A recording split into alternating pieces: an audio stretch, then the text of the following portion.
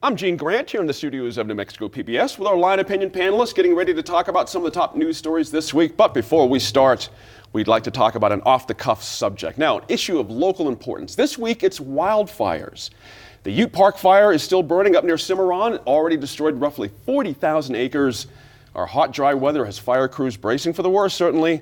Officials have already decided to close the Santa Fe National Forest until weather conditions improve. That's something that hasn't happened, Laura, since 2013. Big effect on tourism, no doubt. But is there any other option for us here? Let's talk about, fireworks. We've got municipalities now banning fireworks.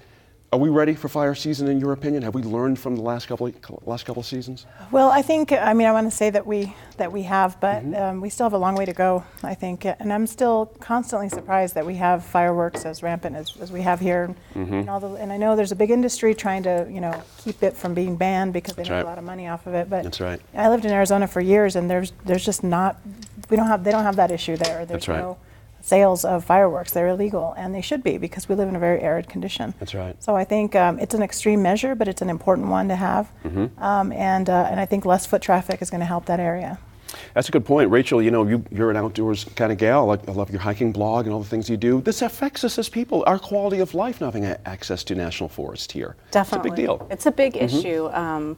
As Laura said, we got here in part because of our own behavior as a society. I believe it just came out that the Buzzard Fire in southern New Mexico was caused by an illegal abandoned campfire. Oh dear. So, they're closing the forest because we haven't shown that we can take care of them in this kind of condition. That's right. Was that amazing, the amount of fire sites they had found to prompt that closing in the first place? The people don't take care, Dan. I don't know why, we love our outdoors here.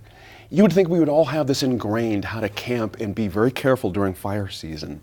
But apparently not everybody. Well, so look, I'm not defending the people that start the wildfires by any means whatsoever. I doubt these folks are starting barn burning fires and leaving them hoping they catch on fire. Right. A lot of these people, they don't understand exactly. They douse the fire in water. They throw a little bit of dirt on it and they walk away. And you don't realize that if it's been burning for 2 days, you got to turn that thing over and do stuff.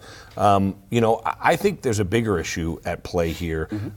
We've talked about this for years on this show. Our inability to manage the forest, if we don't figure out a way to do that, it's going to destroy the forest. Right. We've talked about this before. Drive up to Ruidoso.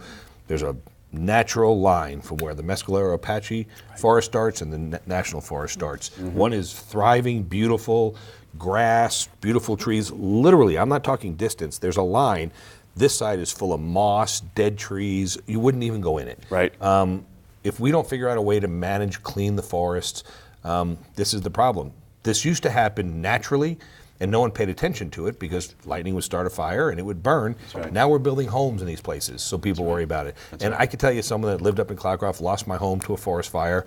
It just, my family, we moved there from New York. We lost our home in the forest fire, and I can remember, my dad being the way he was. My mom was crying about the home. My dad was like, Maureen, we moved from the city to the mountains. What do you think's going to happen? So, it's like my dad had it in his mind. Eventually the house was going to burn down. It off. Yeah, it's going to burn down. This was, my dad acted like someone was telling him they got mugged in Brooklyn. It's like, really? You walk in the dock in Brooklyn every day. You finally got mugged? You should be happy it took this long.